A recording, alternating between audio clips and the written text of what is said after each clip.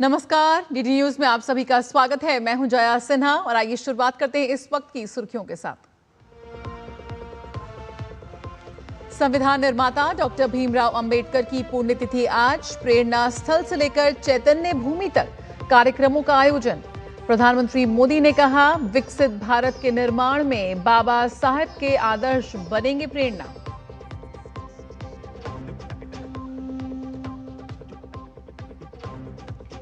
सरकारी एक्शन के बाद दिल्ली एयरपोर्ट पर इंडिगो के फ्लाइट संचालन में हल्का सुधार, लेकिन अब भी कई राज्यों में उड़ानें रद्द। हालात नियंत्रण के लिए रेलवे ने ट्रेनों में लगाया अतिरिक्त कोच।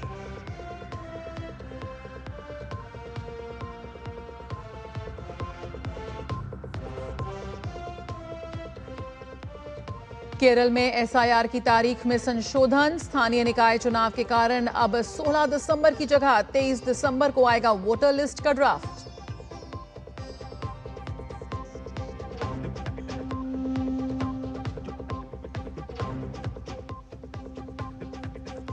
अग्निवीर वायु के रूप में भारतीय वायुसेना को मिले नए जवान। कर्नाटक के बेलगावी में इनटेक फरवरी 2025 की पासिंग आउट परेड।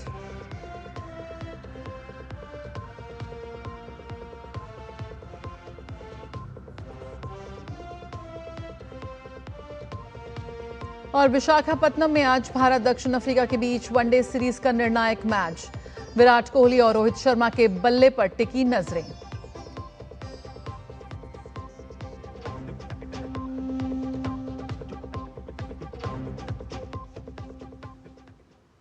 देश आज संविधान निर्माता डॉक्टर भीमराव अंबेडकर को याद कर रहा है। आज उनके 70वें महापरिनिर्वाण दिवस पर संसद भवन परिसर में श्रद्धांजलि अर्पित की गई। इस मौके पर राष्ट्रपति द्रौपदी मुर्मू, उपराष्ट्रपति सीपी राधाकृष्णन, प्रधानमंत्री नरेंद्र मोदी, लोकसभा अध्यक्ष ओम बिरला सहित कई गणमान्य लोग उपस्थित रहे।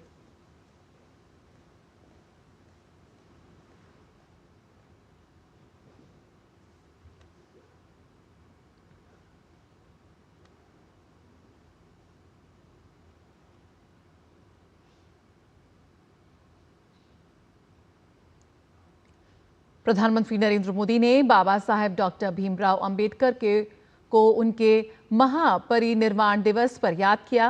उन्होंने एक्स पर लिखा कि डॉक्टर बाबा साहेब अंबेडकर को महापरिनिर्वाण दिवस पर सादर नमन।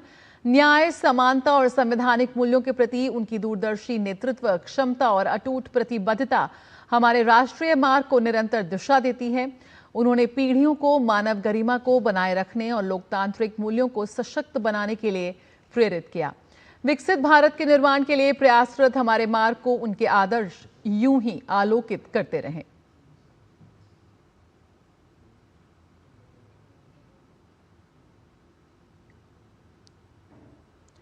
महापरिनिर्वाण दिवस आज और तमाम गणमान्य हस्तियां आज डॉक्टर बाबा साहेब अंबेडकर को याद कर रही हैं। और इस मौके पर मुंबई में चैत्य भूमि में महाराष्ट्र के मुख्यमंत्री ने देवेंद्र फडणवीस और उप मुख्यमंत्री एकनाथ शिंदे उन्होंने शिरकत की। मुख्यमंत्री और उप मुख्यमंत्री ने बाबा साहेब को श्रद्धांजलि अर्पित की। चैत्य भूमि, शिवाजी महाराज मैदान और अंबेडकर निवास राजगृह में भारी भीड़ को देखते हुए व्यापक इंतजाम किए गए। कानून व्यवस्था बनाए रखने के लिए पुलिसकर्मी तैनात किए गए। राज्य और देश भर से लाखों लोग दादर में चैत्य भूमि में पवित्र स्तूप पर पुष्प अर्पित करने के लिए एकत्रित हो रहे हैं। तो डॉक्टर अंबेडकर को आज पूरा राष्ट्र नमन कर रहा है। महापरिनिर्वाण दिवस पर उत्तर प्रदेश के मुख्यमंत्री योगी आदित्यनाथ ने बाबा साहेब को उनके पुण्यतिथि पर पुष्प अर्पित कर उन्हें श्रद्धांजलि दी और नमन किया।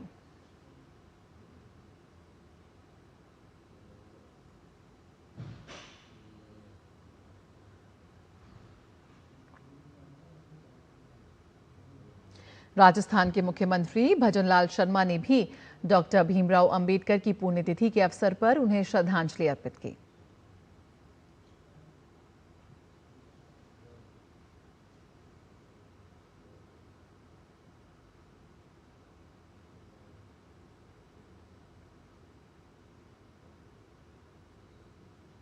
रूसी राष्ट्रपति व्लादिमीर पुतिन ने भारत को एक शक्तिशाली देश बताया है। एक निजी न्यूज चैनल को मॉस्को में दिए इंटरव्यू में पुतिन ने कहा कि भारत पहले की तरह ब्रिटिश शासन के अधीन नहीं है और ये बात सभी को समझनी होगी। साथ ही ये भी बताया कि खासतौर से प्रधानमंत्री मोदी की अगुवाई में भारत अब विदेशी दबाव में नहीं आने वाला है। भारत आज एक शक्तिशाली देश है और वो पहले की तरह ब्रिटिश शासन के अधीन नहीं है और ये बात सभी को समझनी होगी। खासतौर से प्रधानमंत्री मोदी की अगुवाई में भारत अब विदेशी दबाव में नहीं आने वाला। भारत के लोग गर्व कर सकते हैं कि उनका प्रधानमंत्री किसी के दबाव में काम नहीं करता। साथ ही वो किसी के साथ टकराव का रास्ता भी नहीं अपनाते। दरअसल हम किसी के साथ भी टकराव नहीं चाहते, केवल अपने वैध हितों की रक्षा चाहते हैं। हमारा 90% से ज्यादा लेन देन हमारी राष्ट्रीय मुद्रा में होता है। हालांकि बिचौलियों को लेकर थोड़ी समस्या आती है, पर इसके लिए हम साझा व्यवस्था बना सकते हैं जहां रूस और भारत के बैंक बिना किसी रुकावट आपस में लेन देन कर सकें। हम इस पर लगातार काम कर रहे हैं। एक बार ये व्यवस्था अमल में आ जाए तो व्यापार को लेकर बाहरी दबाव से जुड़ी सारी समस्याएं दूर हो जाएंगी।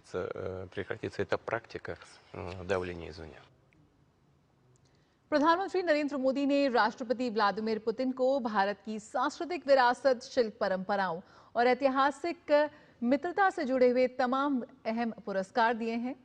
और आपको आगे बताएं कि दिल्ली एयरपोर्ट देखिए, ना मैं न प्रधानमंत्री मोदी किसी के दबाव में आते हैं। हालांकि मैं ये भी साफ कर दूं कि हम अपना साझा काम कभी भी किसी के विरुद्ध नहीं करते। राष्ट्रपति ट्रंप की अपनी नीतियां और अपने सरोकार हैं और हमारे अपने। हम किसी के खिलाफ नहीं हैं। रूस और भारत तो बस अपना साझा हित चाहते हैं। हम किसी को नुकसान पहुंचाना नहीं चाहते। मुझे लगता है हमारी इस नीति की देशों को सराहना करनी चाहिए। तो यहाँ पर प्रधानमंत्री नरेंद्र मोदी को एक बेहद शक्तिशाली नेता के रूप में प्रेसिडेंट पुतिन ने बताया। और खबरों में आगे बढ़ते हैं तो दिल्ली एयरपोर्ट पर इंडिगो फ्लाइट ऑपरेशन अब धीरे धीरे फिर से नॉर्मल हो रहा है। दिल्ली एयरपोर्ट ने एक एडवाइजरी जारी कर कहा कि ये बताते हुए खुशी हो रही है कि इंडिगो फ्लाइट ऑपरेशन अब धीरे धीरे फिर से सामान्य हो रहे हैं। कृपया घर से निकलने से पहले अपनी बुकिंग और फ्लाइट का स्टेटस चेक कर लें।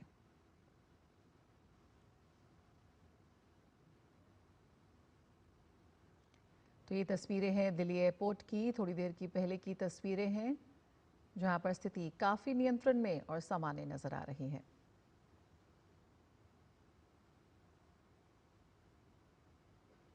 और इंडिगो एयरलाइंस ने इस संकट पर यात्रियों से माफी मांगी है, लेकिन ये माफी फिलहाल काफी नहीं लग रही।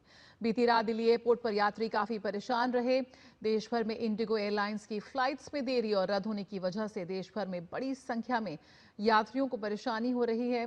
मुंबई, इंदौर, जयपुर समेत कई जगहों पर उड़ानें रद्द होने की वजह से यात्रियों को एयरपोर्ट पर घंटों इंतजार करना पड़ रहा है।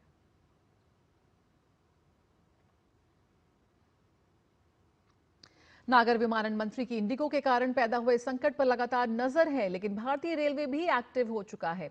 यात्रियों की सहूलियत और यात्रा के लिए सीट उपलब्ध कराने के लिए रेलवे ने 37 ट्रेनें में 116 अतिरिक्त कोच लगाए हैं। ये सुविधा आज से शुरू हो रही है। इसके तहत दक्षिण रेलवे ने 18 ट्रेनों में सबसे अधिक अतिरिक्त कोच जोड़े हैं, जबकि उत्तरी रेलवे ने 8 ट्रेन में AC 3 टायर कोच और चेयर कार कोच जोड़े हैं। इसके अलावा पश्चिमी, पूर्वी तट, पूर्वोत्तर सीमांत रेल जोन की ट्रेनों में भी कोच बढ़ाए गए हैं। इसके अलावा वंदे भारत स्पेशल और नई Delhi Mumbai central superfast special train भी शुरू की जा रही हैं।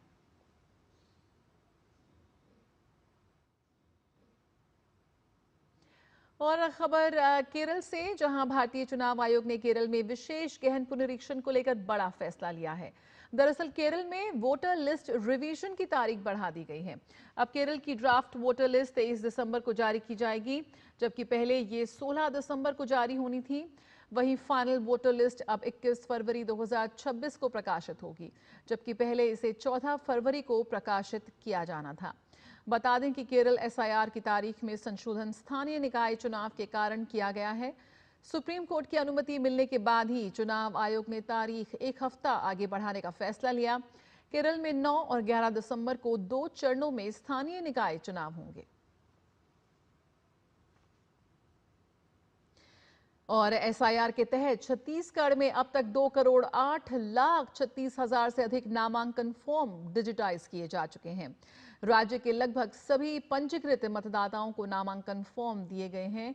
भौगोलिक दृष्टि से चुनौतीपूर्ण बस्तर मंडल में मतदाताओं तक पहुंचने के लिए बूथ स्तर अधिकारी हर संभव प्रयास कर रहे हैं। बीजापुर के उप जिला निर्वाचन अधिकारी एनआर गवेल ने जानकारी दी कि इंद्रावती नदी के पार और घने जंगलों से घिरे क्षेत्रों में पहुंचने के लिए बीएलओ टीमों को नाव और स्टीमर भी दिए गए हैं।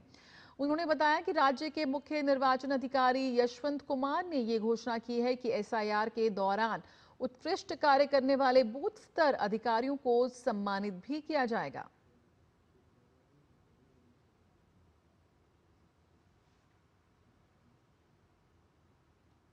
और आइए बात करते हैं काशी तमिल संगमम की।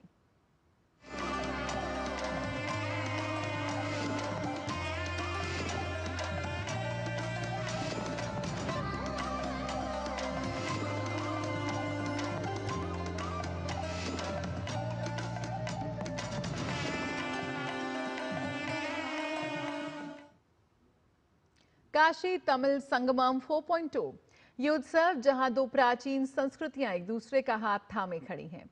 इसी कड़ी में तमिलनाडु से आए हिंदी जानने वाले 50 शिक्षक अब काशी के स्कूलों में बच्चों को तमिल भाषा सिखा रहे हैं और इस पहल ने विद्यार्थियों के मन में नया उत्साह भर दिया है।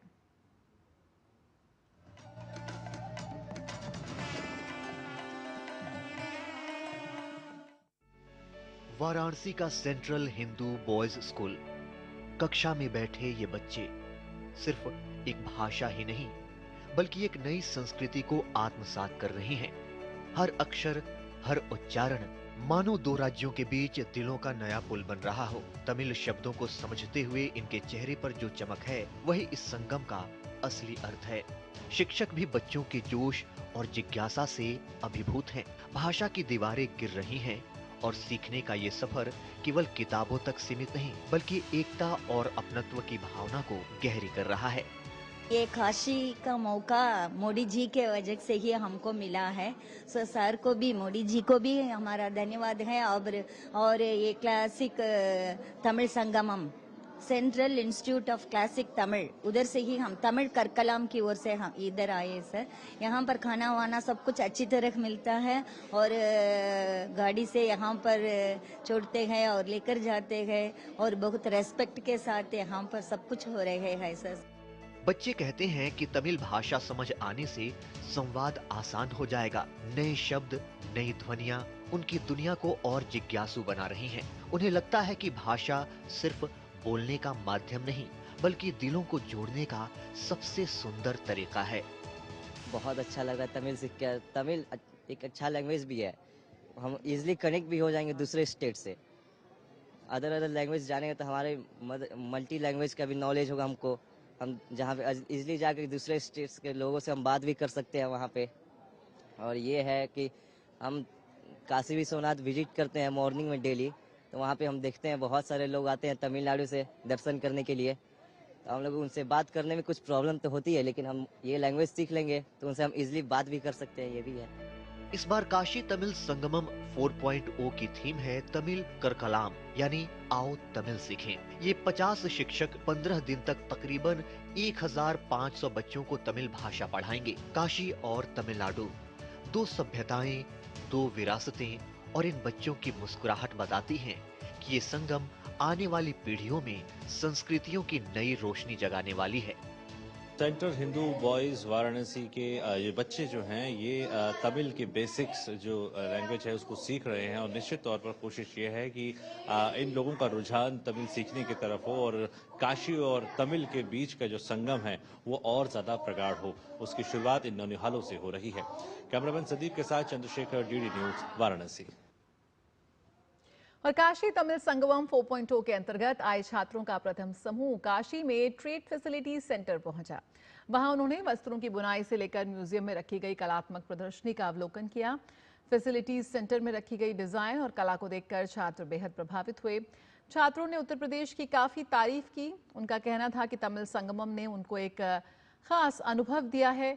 काशी, अयोध्या और प्रयागराज के भ्रमण ने उनको काफी प्रभावित किया है।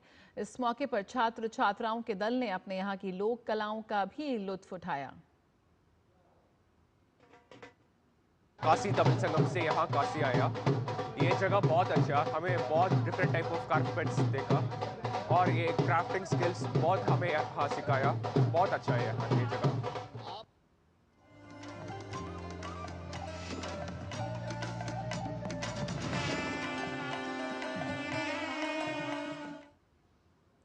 भारतीय वायुसेना के लिए आज एक महत्वपूर्ण दिन है।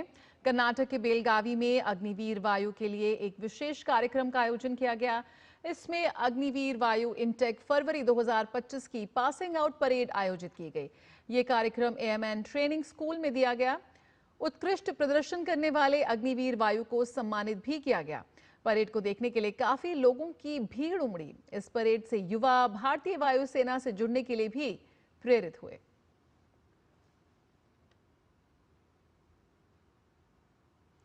दूरसंचार विभाग ने प्रोटेम सुरक्षा प्रमाणन की वैधता 6 महीने से बढ़ाकर 2 वर्ष कर दी है। दूरसंचार विभाग के अंतर्गत आने वाले राष्ट्रीय संचार सुरक्षा केंद्र ने इस बारे में घोषणा की। इस निर्णय से व्यापार करने में आसानी होगी और उद्योग के लिए व्यावसायिक निरंतरता सुनिश्चित होगी। दूरसंचार मंत्रालय ने बताया कि आईपी राउटर और वाईफाई सीपीई उत्पादों की आपूर्ति और तैनाती में व्यवधान को रोकने के लिए पिछले वर्ष अक्टूबर में प्रोटेम प्रमाणन शुरू किया गया था। अब प्रमाणन का दायरा बढ़ा दिया गया है और इसमें 5G core, SMF optical line terminals, optical networking terminals और नई श्रेणी को भी शामिल कर लिया गया है।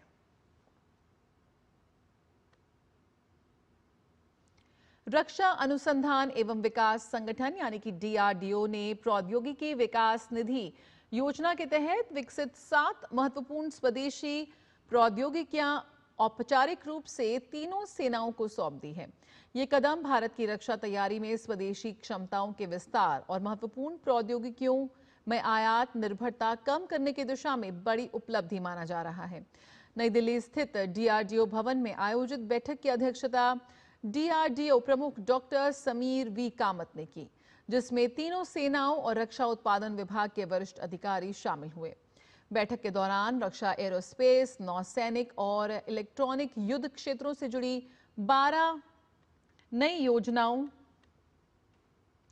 परियोजनाओं को भी मंजूरी दी गई। समिति ने परियोजनाओं के त्वरित अनुमोदन, समयबद्ध प्रसंस्करण और प्रौद्योगिकियों के तेज परिचालन समावेशन की आवश्यकता पर बल दिया। साथ ही नीतिगत संरेखण और संस्थागत तंत्र मजबूत करने की सिफारिश की गई। डीआरडीओ ने कहा कि टीडीएफ एक तहत तेज और परिणामोन्मुखी कार्य प्रणाली आत्मनिर्भर भारत के तहत रक्षा क्षेत्र में स्वदेशी नवाचार और क्षमता निर्माण को नई दिशा दे रही है। नई दिल्ली के दिल्ली हाट में भारत की शानदार हस्तशिल्प का प्रदर्शन करने के लिए द मास्टर क्रिएशन 2.0 का आयोजन हो रहा है। इसका उद्देश्य पद्मश्री शिल्प गुरु संत कबीर राष्ट्रीय पुरस्कार से सम्मानित भारत के बेहतरीन कलाकारों की उत्कृष्ट कला का प्रदर्शन और उत्सव मनाना है। इसमें देश भर के कलाकारों ने अपने कलात्मक उत्पादों के स्टॉल लगाए हैं। यह आयोजन 15 दिसंबर तक चलेगा। यह आयोजन कारीगरों को सीधे ग्राहकों से जोड़ने और हस्तशिल्प क्षेत्र से जुड़े लोगों को आजीविका जुटाने में मदद के लिए मंच का भी काम करेगा। बात खेल जगत की तो 2026 के फुटबॉल विश्व कप के ड्रॉ की घोषणा हो गई है। विश्व कप के पहले मैच में सह मेजबान मेक्सिको का सामना दक्षिण अफ्रीका से होगा और इसके बाद दक्षिण कोरिया का सामना प्लेऑफ के विजेता से होगा। दक्षिण अफ्रीका की टीम 2010 के बाद पहली बार विश्व कप में खेलती नजर आएगी। सह मेजबान अमेरिका की टीम अपने पहले मैच में पैराग्वे से भिड़ेगी, वहीं एक अन्य मेजबान कनाडा का सामना अपने पहले मैच में प्लेऑफ की विजेता से होगा। मौजूदा चैंपियन अर्जेंटीना के ग्रुप में अल्जीरिया, ऑस्ट्रिया और जॉर्डन है। वहीं ब्राजील के ग्रुप में मोरक्को, हैती और स्कॉटलैंड है।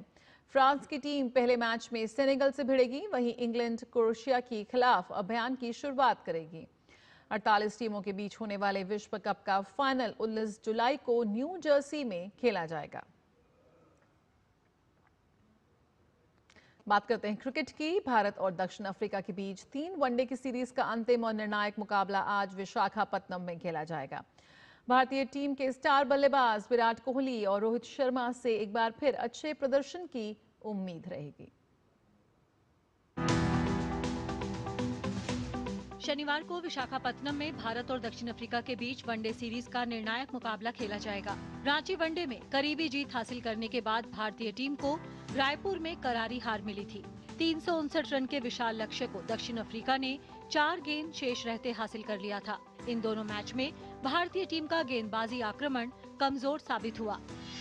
दक्षिण अफ्रीका टेस्ट सीरीज जीतने के बाद वनडे सीरीज में भी भारत को कड़ी टक्कर दे रही है। ऐसे में भारतीय टीम को अपना सर्वश्रेष्ठ प्रदर्शन करने की जरूरत है। विराट कोहली और रोहित शर्मा दोनों अनुभवी खिलाड़ी हैं और ऐसे दबाव वाले निर्णायक मैच में उनकी भूमिका महत्वपूर्ण रहेगी। विराट कोहली ने अपनी पिछली 3 पारियों में 2 शतक और 1 अर्धशतक लगाया है, जबकि रोहित ने अपनी पिछली 4 पारियों में 1 शतक और 2 अर्धशतक लगाए हैं। दक्षिण अफ्रीका सीरीज जीतने के लिए इस मुकाबले में करो या मरो की सोच के साथ उतरेगी, लेकिन वो तेज गेंदबाज बर्गर और बल्लेबाज टोनी डी जॉर्जी की फिटनेस को लेकर चिंतित है। ये देखना होगा कि ये अपने लाखों करोड़ों को लुटाने के बाद में